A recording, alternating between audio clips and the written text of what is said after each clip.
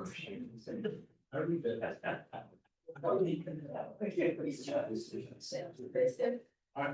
think so, I'm just planning on it. Hey, that time he was here, you go take more of it, he's gonna say, can't be here. Oh, yeah. That's right. Yeah.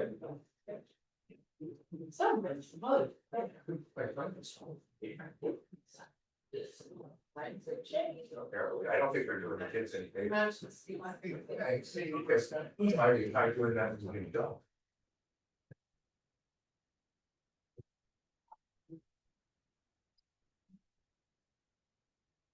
Good evening, everyone. Evening.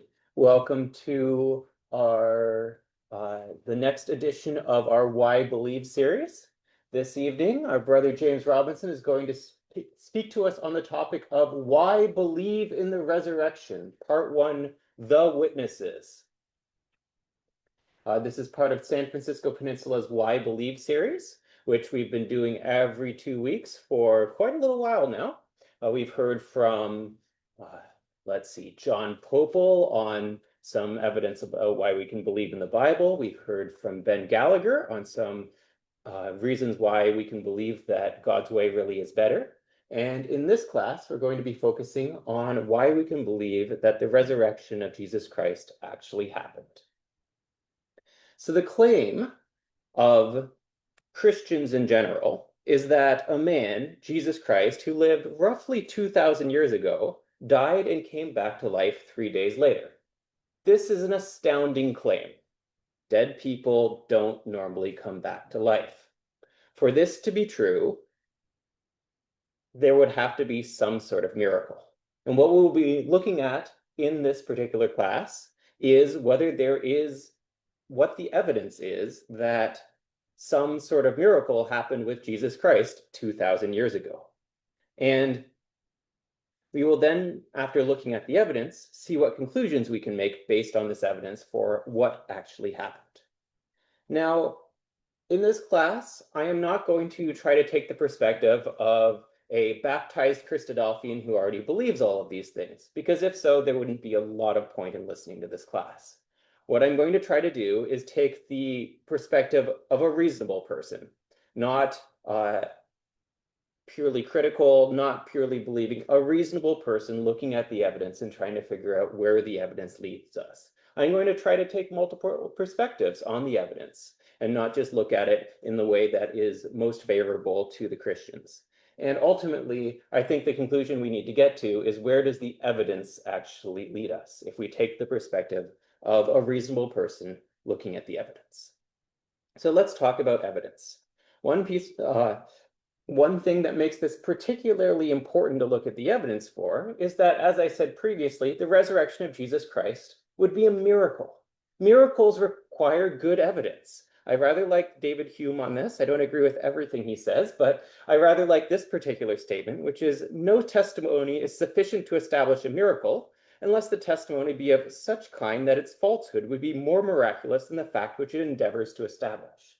If something is miraculous, we cannot simply accept, well, it might look like it happened that way, because a miracle requires a higher standard of evidence. I think David Hume's point here is that for us to establish that a miracle happened, you have to look at the evidence and say it would be more miraculous if the miracle didn't happen. Doesn't mean it can't possibly happen, otherwise why are we even talking about this? But simply the standard of evidence is much higher for miracles. And that's what we're discussing at this point. The resurrection of Jesus Christ would be a miracle. So let's start talking about the evidence we have. One very easy point of evidence to point to is there are a lot of Christians in the world right now, about 2.3 billion globally, last I checked. And for all these Christians to exist right now, they had to come from somewhere. So if Christians are claiming that their origin story is the resurrection of Jesus Christ, and there are Christians now, well, we can see the Christians now, they exist. Something must have happened to cause Christians. Maybe it was a miracle, maybe it wasn't, but for some reason we have 2.3 billion Christians here on the earth today. They came from somewhere. And if you talk to the Christians about where they came from, what they will tell you is that they follow the teachings of Jesus Christ, hence the name, which was executed in Roman Israel around 30 AD. Christianity then spread afterwards, teaching that 3 days after Jesus' death, he had been resurrected from the dead. And then Jesus' miraculous resurrection is cited by Christians to this day as the reason Jesus' teachings are reliable and should be followed. And so that is some evidence for why something clearly must have happened back then, because we have all of these Christians now. Their claim that Jesus was resurrected from the dead, we probably shouldn't accept it just based on that claim, but it is some evidence. There are a lot of Christians, they say that this happened and this is why Christianity exists. Now, and just to sort of emphasize this is not a fringe teaching of Christians. Probably if we surveyed all 2.3 billion of them, we would come across a number of different perspectives on the resurrection of Jesus Christ. But the vast majority would consider the resurrection of Jesus Christ to be true. If you ask, say, Google Gemini, do Christians believe that Jesus was resurrected? This is not a matter of debate. Yes, the resurrection of Jesus Christ is the central tenet of the Christian faith. Most theologians would argue that without the belief that Jesus rose from the dead 3 days after his crucifixion, Christianity as a religion wouldn't really exist. So I do think that we can take it as evidence that not only do Christians believe that Jesus was resurrected, but the vast majority of them do as well. It's not a fringe thing. Clearly, Christians think that this is important, and there are many of them, and they came from somewhere. So if you asked a Christian then, why do you believe that Jesus rose from the dead? Their answer would probably be, because I read about it in the Bible. Now, what the Bible is really is a collection of old books. 66 of them to be exact, but only not all of them talk about Jesus. But in this collection of old books, which I would call ancient documentary evidence, we find a number of passages that clearly claim that Jesus was resurrected. In Matthew 28, verses 5 to 6, for instance, the angel said to the women, "Do not be afraid, for I know that you are looking for Jesus, who was crucified. He is not here, he has risen, just as he said. Come and see the place where he lay." Or Mark 16, verse 6, "Don't be alarmed," he said. "You are looking for Jesus the Nazarene, who was crucified. He has risen. He is not here. See the place where they laid him." Or Luke 24, verses 5 to 6. "In their fright, the women bowed down with their faces to the ground. But the men said to them, 'Why do you look for the living among the dead? He is not here. He has risen. Remember how he told you while he was still with you in Galilee.'" It says something similar in John, and says something similar in Acts, and in Corinthians, and in Peter. This is, again, something where we have documents that at least claim to be very old, saying that Jesus was resurrected. Again, this does not necessarily prove just from the fact there is a document that says it, that Jesus was resurrected. Just because I write something down doesn't make it true, but it does provide evidence. We have lots of documentary evidence from multiple different documents, and clearly it's not all quite the same story. So for instance, here in, well, as we were seeing there, it's a similar story. They're looking for Jesus, he's resurrected, but it's all said in slightly different ways. So we can count these as multiple pieces of evidence, because it's not just the same piece of evidence that's been recopied many times. It's clearly from different perspectives. Let me actually read the 1 Corinthians 15 one, especially because I feel like it's making a number of claims which are pertinent to the topic. 1 Corinthians 15, verses 3 to 8. "For what I received, I passed on to you as of first importance, that Christ died for our sins according to the Scriptures, that he was buried, that he was raised on the third day according to the Scriptures, and that he appeared to Peter and then to the 12. After that, he appeared to more than 500 of the brothers at the same time, most of whom are still living, though some have fallen asleep. Then he appeared to James, then to all the apostles, and last of all, he appeared to me also, as to one abnormally born." Notice again what this text is claiming. It's claiming that Jesus was buried, he died, was buried, and was raised, and then that he appears to a number of people after he's raised. Claims to Peter, to the 12, 500, James, the apostles, and last of all, him. So this again fits with what we're seeing here. We have multiple pieces of documentary evidence all saying that Jesus was resurrected from multiple perspectives, because it seems multiple people wrote this down and experienced it at the time. So again, this is evidence, but just because something's in the Bible doesn't mean everyone believes that it's true. So let's talk a little bit more about where these documents came from. First of all, one question is always with ancient documents like this: is the document we're reading now actually the document that was written down at the time? Fortunately for the New Testament, this is one of the documents with the best textual attestation of any ancient documents. So here we have a number of ancient authors. We have, say, Caesar, or Plato, or Thucydides. You may have heard of some of these names, you may have not, but these are all people who wrote around the same time period. And as you can see from the written column there. Now, the next column there is the earliest copy. This means what is the earliest version of, we don't have the originals of any of these documents, but we have copies. And what is the earliest written down copy we have of these documents? So for Caesar, who was writing about 100 to 44 BC, our earliest copy, which would have probably been a copy of a copy of a copy, is from 900 AD. And we have about 10 manuscripts total of Caesar's works. And so we have a very long time span between when it was written and the earliest copy that we have. And we don't have that many copies of it that aren't simply copies of copies more recently.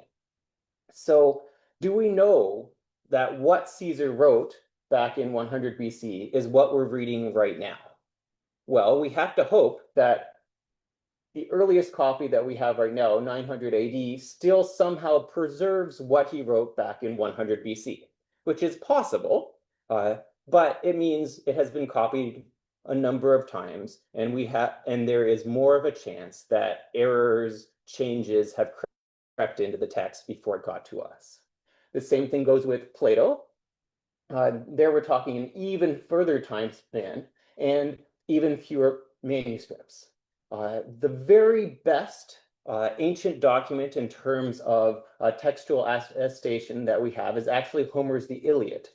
As you can see, written in about 900 BC. Our earliest copy dates to 400 BC, so that's quite early, with only a time span of about 500 years between when it was written and our earliest copy. And we have hundreds of manuscripts of the Iliad.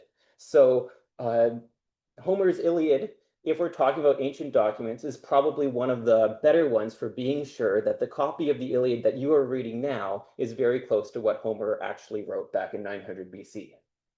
But of course, the New Testament completely trumps that. It was written, and the New Testament is a variety of different books, but we're talking 400 to 100 AD, speaking broadly. Our very earliest copy, I'll admit it's a fragment, it's not the entire thing, but the earliest fragment we have is from the Book of John, and it's from 125 AD, and it matches the Book of John, at least in that position where we have now. And in terms of numbers of manuscripts, there are thousands of them. Like I said, there are hundreds of manuscripts of the Iliad extant out there that we can use to compare and make sure what we have is a faithful copy. With the New Testament, there are thousands. If we're going to discuss whether or not the New Testament we have now is a faithful representation of what was originally written back in 40 to 100 AD, we have better reasons to believe that the New Testament is what was written back then than any other ancient document. The New Testament had clearly a lot of people who cared a lot about making sure it was preserved. So I don't think we can say with the New Testament that, oh, we can't trust this document because it's from a long time ago. We have a lot of copies, some dated fairly close to when it was written, and we can compare them, we can look at it. There might be slight differences in terms of spelling, in terms of one word or another, but generally we can trust the New Testament that we have now is pretty similar to the New Testament as it was originally written. Next, let's talk about the veracity of the documents themselves that we were talking about. So remember how I quoted from multiple places in the New Testament where it talked about the resurrection of Jesus Christ. Now, if the writer of that document, if say Mark, when he was writing his gospel, was actually writing a very long time after the events involved, his information might not be very good. He might be writing to the best of his knowledge, but he's hearing from someone else who heard it from someone else who heard it from someone else. So how would he really know what's going on? However, it turns out with the New Testament, the documents in question are written no more than 40 years after the events in question. So if Jesus's death and resurrection took place about 33 AD, we find that when these documents were written, all is fairly close. They're not written exactly at 33 AD. They're written tens of years later, but they're all written within the lifespans of people who lived at the time. This is important. If you have people who were alive and saw the events, then these become eyewitness accounts. If Paul, who was writing in 1 Corinthians, actually saw what he's writing down, he is probably a better witness than somebody who heard from somebody else who heard from somebody else about what was going on. Also, stories tend to change over time, as you have perhaps ever noticed if you played the game of telephone. So again, the closer you are to the actual events, the more likely it is that your document is actually a good representation of what was going on. What we see with the New Testament is the documents we have that talk about the death and resurrection of Jesus Christ are documents that were written within the lifespan of people at the time. Not perhaps immediately as it happened, but fairly close. And in terms of authorship, early Christian writers, the authorship of these documents is universally uncontested. Now, you might be a little bit skeptical about this particular slide if you've done some research on this, because this is not the only perspective on these things. Dating of the books of the New Testament is a major area of contention. And if you go searching among scholarly works or just on the internet in terms of when were these documents written, you will find multiple perspectives. Generally, they fall into two camps, though. Christians generally believe that the books of the New Testament were written by their authors during their lifetimes, and non-Christians generally believe that the books are all forgeries written long afterwards. You may see perhaps why there's a correlation with what you believe about their contents and what you believe about how they were written. So we don't have time in this particular class to go through every single book of the New Testament and the evidence about whether or not it was written by the author during their lifetime or whether it was written by a forger long afterwards. We're going to take as a case study the Gospel of Luke. Mostly because the Gospel of Luke is actually fairly easy to understand in terms of when it was written, because it and the book of Acts, or the Acts of the Apostles, were written sequentially by the same author. And the book called the Acts of the Apostles contains lots and lots of historical details. So some of these books, it's difficult to know when they were written or by whom because they're short. We don't have a lot of information. It's hard to place things. Thankfully, with Acts contains several exact historical details. So in Acts, it's basically at one point, it becomes a travel log where the author of Acts, claimed to be Luke, travels with Paul around the Roman Empire. And as they travel around the Roman Empire, they talk about various different details in the places that they go. And one thing that archaeologists have found quite interesting about the book of Acts is how whenever Luke writes in Acts about a place in the Roman Empire, he seems to use the correct language and the correct details about that location. So for instance, in Thessalonica, which is a city in Greece, when Luke is writing about the magistrates there, he uses the word politarches. Politarches is not the normal word for magistrate, but in Thessalonica, when they dig up, say, columns and do archaeological work there, they find out that the word in Thessalonica to refer to the chief people who ruled over the city was politarches.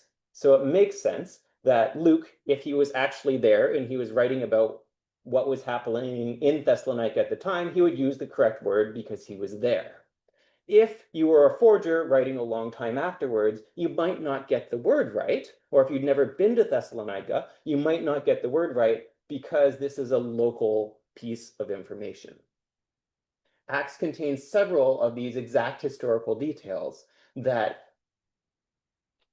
imply that whoever wrote Acts clearly knew local details about various locations in the Roman Empire. So the same sort of idea in Malta, you didn't use the word politarchas for the politarchis for the most important person, you used the word proto, often translated, say, chief man.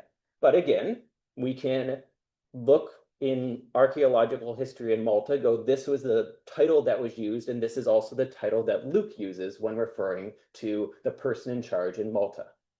Another interesting thing about the book of Acts, this is less of an archaeological detail, but more of a way it is written detail. It clearly is written as a first-person account where sometimes Luke is part of the group and sometimes Luke is not part of the group. So when reading, sometimes he uses the word we, as in we went to this city and we went to that city. And then other times he says sort of Paul went to this city and Paul went to that city. Clearly, it's written as if Luke was part of this group sometimes, not part of the group at other times.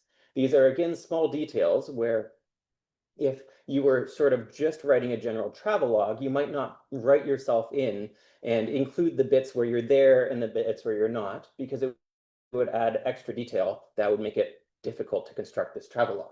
If this is a true account of what happened, though, then these are the sorts of minute details that would seem unnecessary if you were creating a forgery, but would be simply the truth if this is what actually happened.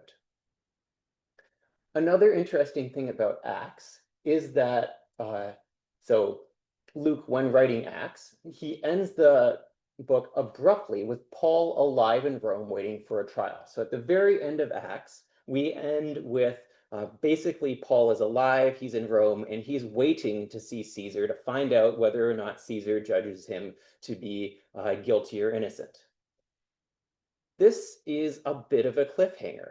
We don't know, and in fact, nothing in the New Testament actually tells us what happens to Paul. If you were writing a history, this would be a very awkward place to leave off your history. Why would you end your history before what ends up being at the end of Acts, the central sort of conflict? Is Paul going to be innocent or guilty? How is he going to stay alive or be executed? It's never resolved. If you were writing a story, this would make for a bad story. But if you're writing a history and Paul hasn't had his trial yet, so you don't know whether he's going to be judged guilty or innocent, then it makes sense you write up to the point where you are right now, and then you're done. And so it seems as if Acts must have been written before, or at least by 62 AD, because we know Paul actually did have that trial in 62 AD, but it's not included in Acts. And so reading Acts, the most likely conclusion is that Acts must have been written by 62 AD. The book of Acts refers to the book of Luke in its sort of preface. So Luke must have been written before Acts, and therefore Luke must have been written by 62 AD at the latest, and probably a little bit before. And so this is the sort of reasoning that the Christian scholars, or at least the scholars who believe in the early dating of Luke, use to decide that Luke must have been written by Luke within 40 years of the supposed death and resurrection of Jesus Christ. Now that's the case for the early date, but I would be remiss not to also tell you what the case is for the late date. So, and just in case you want to check my work on this, this is mostly taken from an article by Marco Marina, PhD, at the bartehrman.com website. So you're welcome to check my work on this and see that I'm not misrepresenting the argument as given. But the case for the late date is that Luke was not written by Luke. It was actually written by a well-informed anonymous Christian. So this is somebody who believed that Jesus was resurrected, but was writing these things afterwards to try to justify what he believed and give people a reason to believe it. Marco suggests that this is the case because there is no Luke named outside the New Testament until 180 AD. So what he means by that might not be entirely clear, is that we have other documents by early Christian writers, say the Epistle of Clement and things like that. And none of them mention the name Luke outside the New Testament until about 180 AD, where I believe that's a history of Eusebius about the history of Christianity. And so he thinks that because we only see the word Luke in the New Testament and we don't see these other people mentioning Luke, Luke was an invention of a later writer who was anonymous and wasn't actually Luke. He also thinks that most mentions of Luke in the New Testament are actually later forgeries to confirm the Luke authorship. So after Luke forged Luke, then Luke also added a bunch of other places in the New Testament to refer to Luke to try to make the forgery look right. He then also talks about discrepancies. So when you read Acts, and again, this is the advantage of having a lot of material by this writer, is you can compare it against other documents and see, does this hold water? So he notes that there's a discrepancy between Acts 9:23 to 27 and Galatians 1:18 to 20. So Acts is talking about Paul, and Galatians is a letter actually by Paul. And if they disagree, that might indicate that there's a problem with what it says in Acts. And there is a discrepancy between the two. In Acts, Paul goes to Jerusalem after leaving Damascus, while in Galatians, Paul, writing himself, says he went to Jerusalem 3 years after leaving Damascus. Clearly, in Acts, there's 3 years that have just been left out of the record here. And so the argument here is that whoever wrote Acts must have not realized that Paul had actually spent 3 years, Paul says in Galatians, he spent 3 years in Arabia before going to Jerusalem. And so this supposed Luke, but actually the anonymous author, didn't really know his stuff. He was writing afterwards, but if he'd been the real Luke, he should have known about those 3 years. And therefore, we can tell that this isn't the real Luke because he made a mistake here. Also, but there are other historical details we were just talking about with the names for the magistrates and things like that. In Marco's opinion, these historical details, pronoun changes, that's because the author is making a very careful forgery. So the author knew the Roman Empire really well. He knew the right words to use in these different places, but he didn't know Paul so well. So he made a mistake when talking about Paul's life, but he just did a great job when talking about sort of the different places in the Roman Empire. Another reason to doubt the testimony that Luke and Acts were actually written by Luke by Luke was that the account in Luke and Acts agrees strongly with the descriptions of the Jewish historian Josephus. So Josephus was a Jewish historian and he lived about 93 to 94 AD. And we can read in his histories certain descriptions of what things were like in Judea and in the Roman Empire. And then when we read Luke and Acts, what Luke and Acts say is very similar to what Josephus says. Therefore, whoever wrote Luke must have used Josephus as a source to be able to understand what was going on in that time period, and therefore must have written after Josephus. Josephus was writing in 93 to 94 AD, so Luke could not possibly have been written back in the 60s. It must have been written later if he was using Josephus as a source. Next, in the Gospel of Luke, Jesus foretells the destruction of Jerusalem. This destruction actually occurred in 70 AD. Therefore, whenever the Gospel of Luke was written, must have been written after the destruction happened, because Jesus could not possibly have actually prophesied something that would happen in the future. So when Luke was writing the gospel, we know he had to have written it after 70 AD, because otherwise Jesus could not possibly have said what was going to happen in 70 AD. And then the abrupt ending, which you're hearing, which I discussed earlier, the reason for the abrupt ending is not because Luke didn't know the ending or anything like that when he was writing, because of course he was writing long afterwards and knew what had happened to Paul. It was just simply because it's called the Acts, he's writing the Acts of the Apostles, not the Acts of Paul. So he didn't feel a need to finish the story of Paul, because it was just sort of a general explanation of what happened to different apostles, and the author had simply decided he was done with Paul at this point because he'd written for long enough or something like that. Anyway, let's talk about the weight of the evidence. We've had sort of both sides explain why they date Luke. To one side dates it to an earlier date in the 60s, and the other one dates it to a later date in sort of 120 or about that. And when I look at this evidence, at least, what I find is that the late date, the sort of fake Luke idea, requires Luke to both somehow create a perfectly historically accurate account of many things about the Roman Empire, despite writing in the future, but somehow at the same time mess up badly in his reading of the letters of Paul and not get those details right. Well, if I'm reading about, but if I take the theory that the early date, the real Luke, just requires Luke to tell the truth when he's writing all about the things of the Roman Empire, because that's what he did, but leave out details like 3 years because it doesn't just skip over them. Like, it seems to make more sense to me that perhaps the real Luke left out a detail than that there's a fake Luke who somehow does extremely good research on one side, but misses an easy thing on the other side.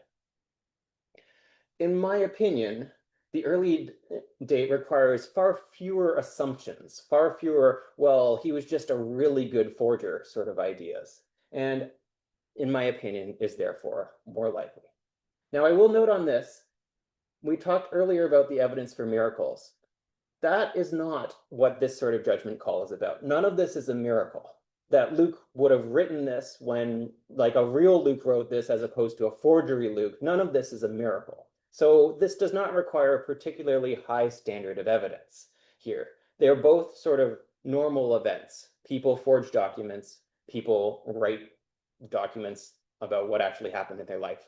Neither of these is a miracle. And so the standard I'm applying to this is basically the weight of the evidence, which seems more likely.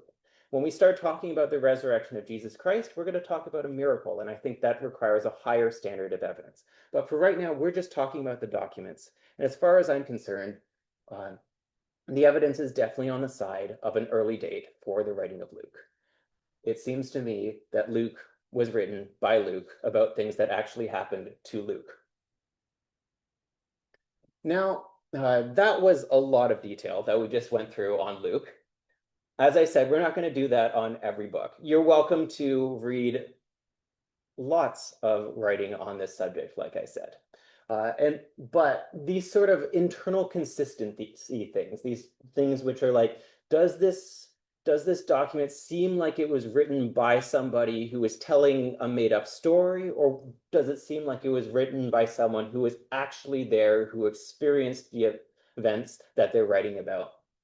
This is a very important topic in terms of textual analysis, in terms of determining, is this a reliable document, or is this something that we shouldn't trust because the person who wrote it is a liar? And I'm not going to go through this in too much detail, but I want to talk about how with the New Testament accounts, other people have gone through it in a lot of detail, and critical thinkers generally find that the story hangs together. 3 examples are Simon Greenleaf, a professor of law at Harvard University. His book on the subject is The Testimony of the Evangelist. Frank Morrison, a journalist, author of Who Moved the Stone, and the last one some of you might be more familiar with because he's the most recent one, Lee Strobel, an investigative journalist, author of The Case for Christ. And especially those last 2 are both people who, by their own claim, investigated the New Testament accounts because they thought that they were fake and that they could easily discover issues of contradictions or people just making stuff up or things that would make it obvious that this was not a reliable account. And upon investigation, found the opposite.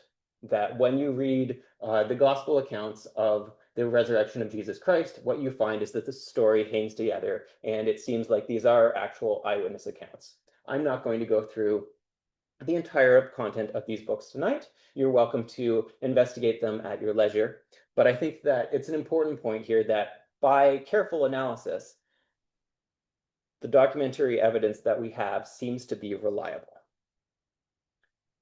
This one is just kind of because I find it interesting. but talking about the reliability of these documents. There's this really strange passage in the Gospel of John that talks about Jesus's, well, a case of what happened after Jesus died that's kind of strange. So in John 19, verses 33 to 34, it says, "But when they came to Jesus and found that he was already dead, they did not break his legs. Instead, one of the soldiers pierced Jesus' side with a spear, bringing a sudden flow of blood and water."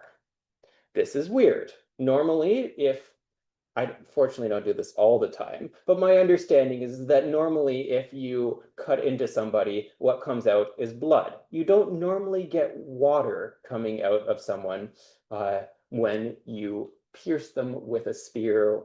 I have never had this happen when I have been pierced so far. And I am not a butcher, I do not do this every day, but it seems to be an uncommon occurrence, which is why perhaps it was mentioned that when one of the soldiers pierced Jesus' side with a spear, it brought a sudden flow of blood and water.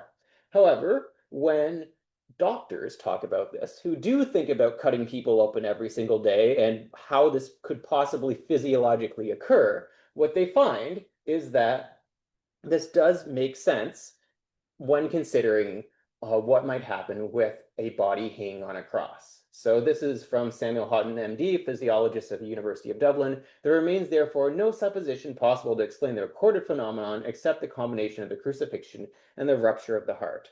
And because this is interesting, I have a picture. So what you'll see here is that after death, what happens is the blood separates between the plasma and the red blood cells. So while you are alive, your plasma and your red blood cells are being pumped. They're in your veins together. They are together. And if you cut somebody, you just get what looks like blood. But after someone dies, if this liquid is just sort of hanging around in the abdominal cavity, then they're going to separate over time. And if you've had enough time, the red blood cells fall to the bottom and the plasma sort of goes to the top because they're different densities. And so, well, I guess I could just read what Dr. Anthony De Bono, cardiothoracic surgeon, says. "The body of Jesus had been hanging on the cross dead for some time. Obviously, the fluid must have accumulated during life by a bleeding into the chest cavity, almost certainly due to the savage flagellation." In other words, he was beat really bad, which caused him to bleed really badly internally.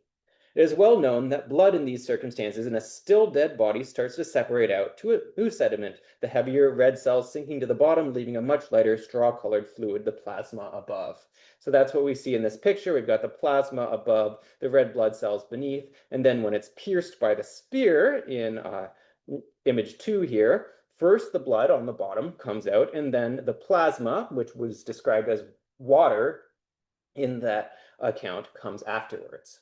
This is not something you see every day, but is perfectly expected based on the circumstances. And so this is what you might expect from an eyewitness account, that somebody sees something weird, they write down blood and water because it was weird, and then we can verify afterwards they didn't just write that hundreds of years later because they felt like it. This is what would actually occur in that case, but it's surprising enough to note down. And this is a good example of this.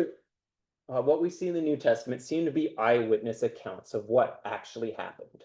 They're not stories describing lots of miraculous events. They do describe the resurrection of Jesus, which is clearly a miraculous event, and we have to get to that. But we have other details that seem to imply that these are honest eyewitness accounts. And this is perhaps one little one, but something I personally found interesting. Anyway, so we've been discussing this for a little while so far, and the evidence I have brought up so far is that Christianity exists, that documents from the time period from when Christianity came from say that Christianity started with the resurrection of Jesus Christ, and based on some detailed looking, these documents seem to be reliable eyewitness testimony from the time period. So we have documentary evidence that, well, people at the time at least believed that Jesus Christ was died and was resurrected. However, we are of course not done yet. even if these documents are reliable documents from eyewitnesses at the time, that does not necessarily mean what these documents say happened is what actually happened. It might just be the opinion of the person at the time. A miracle, as we previously said, the resurrection, as we previously said, is a miracle, and a miracle is not something that we can simply accept because someone says so. We should only accept a miracle if the evidence for it is so good that to not believe the evidence or to believe otherwise would require a greater miracle. So we have what seems to be accurate eyewitness testimony, but they're describing a miracle. And extraordinary claims require extraordinary proof. So the question still remains, we can read these documents, we can see what they say, but is resurrection really the best explanation for what they're saying? We might have a bunch of eyewitnesses all say, oh, Jesus died and was resurrected. And maybe they even honestly thought that. They're not liars, they're writing what they thought, but they could still be wrong. And so in 2 weeks, what we will be doing is we will be examining the testimony of those eyewitnesses, that documentary evidence, and seeing if what they describe is actually best explained by a resurrection, or whether there is a non-miraculous explanation that explains how we have perhaps multiple witnesses at the time thinking that a man died and was resurrected, even perhaps enough to convince enough people to start a whole religion. But Christianity, as it exists today, is simply based on a misunderstanding of what happened at the time period. We will be examining what really happened at the time in Why Believe in the Resurrection, Part 2, The Empty Tomb, on February 25th, 2026. So that ends my presentation for tonight, but I'm looking forward to seeing hopefully all of you and all of your friends in 2 weeks as we consider whether or not the best explanation for the evidence is really of resurrection. James? Yeah? About the references in Luke that talked about according to the scriptures, it mentions that 2 or 3 times. He died, was buried, and raised according to the scriptures. So are those scriptures possible evidence as well of the resurrection? So I would suggest that documents written before an event happens are not documentary evidence that an event happened. So if I right now write that Marco drove home tonight, the fact I wrote it now is not actually any evidence that Marco drove home later tonight, because at the time I'm writing it, I didn't actually know if it was going to happen. So in the same way, if we have a prophecy beforehand that Jesus was going to be resurrected, as a skeptic, I would find it hard to say the prophecy beforehand is evidence that he was then resurrected. Perhaps they just got lucky. It's not perhaps people afterwards adjusted their story to fit this prophecy. But the fact someone wrote beforehand that something was going to happen in the future is hard for me to see as evidence that the future event happened. Someone writing afterwards who actually saw the event and says, this is what happened, that one I see as better evidence for this actually happened. Someone writing beforehand, it hadn't happened yet. How can that be evidence that it actually will happen or did happen later from when they wrote it?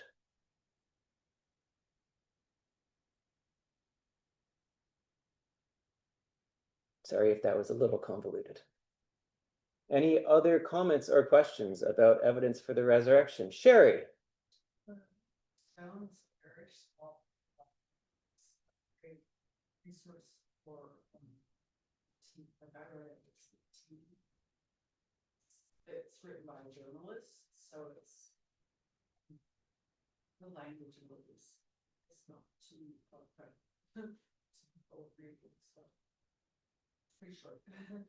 Thank you. And I would recommend it as well. One of the interesting things that it does is it tries to delve into the minds of the people at the time and figure out whether or not this description of them matches, say, historical description. So it talks about Pilate, who is described historically as a rather brutal person who doesn't care very much, and it's trying to explain why is it that in the New Testament accounts, Pilate seems to really want to save Jesus, despite the fact that doesn't seem to fit the way Pilate would, the historical Pilate would have cared at all. He would have been ready to just kill them all. Who cares?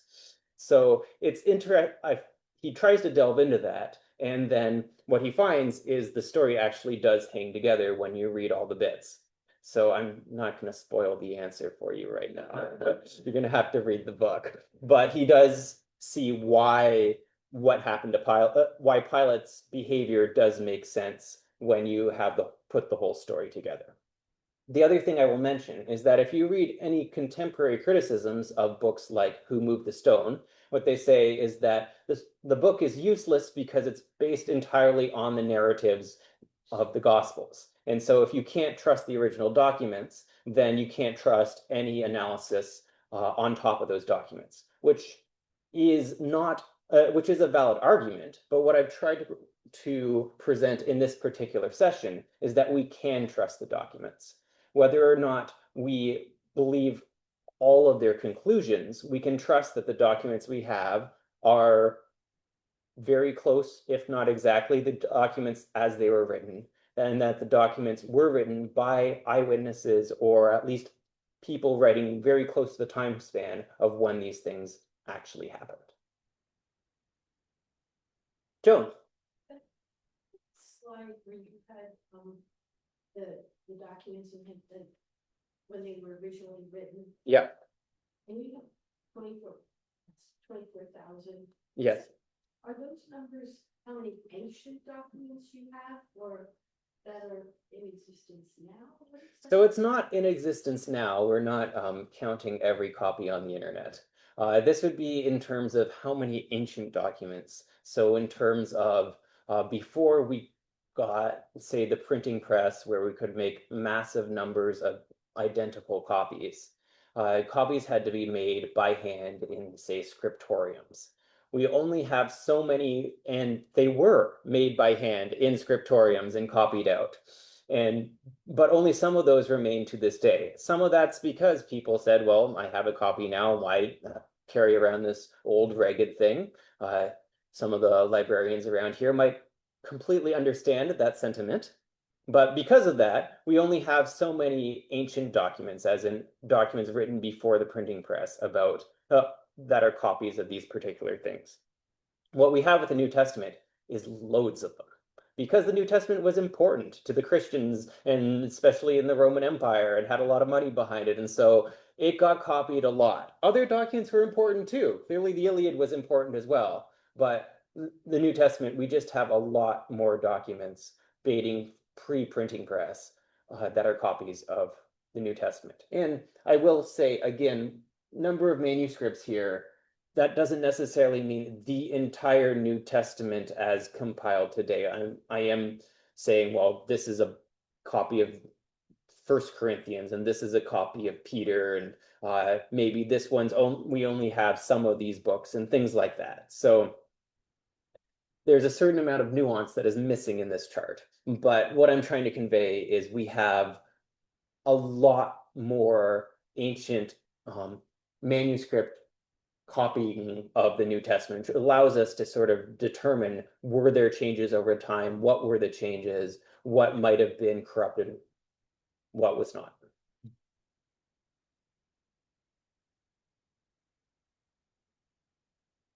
Any other comments?